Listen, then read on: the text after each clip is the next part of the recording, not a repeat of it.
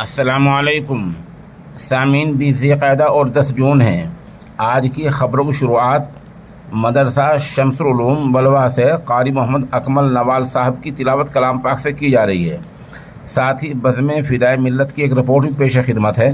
इस बज़्म के प्रोग्राम की सरपरस्ती हज़रत अलहाज मौलाना मोहम्मद खुर्शीद दामत बरकातुहुम कर रहे थे। आप माशाअल्लाह फ़िदाए मिल्लत मौलाना सैयद असद मदनी नव्वरल्लाहु मरक़दहू के खलीफ़ा मुजाज़ हैं।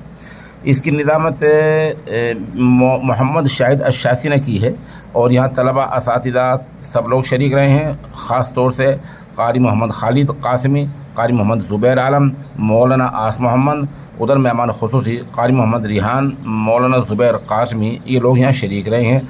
एक तालिब इल्म की तकरीर भी पेश खिदमत है।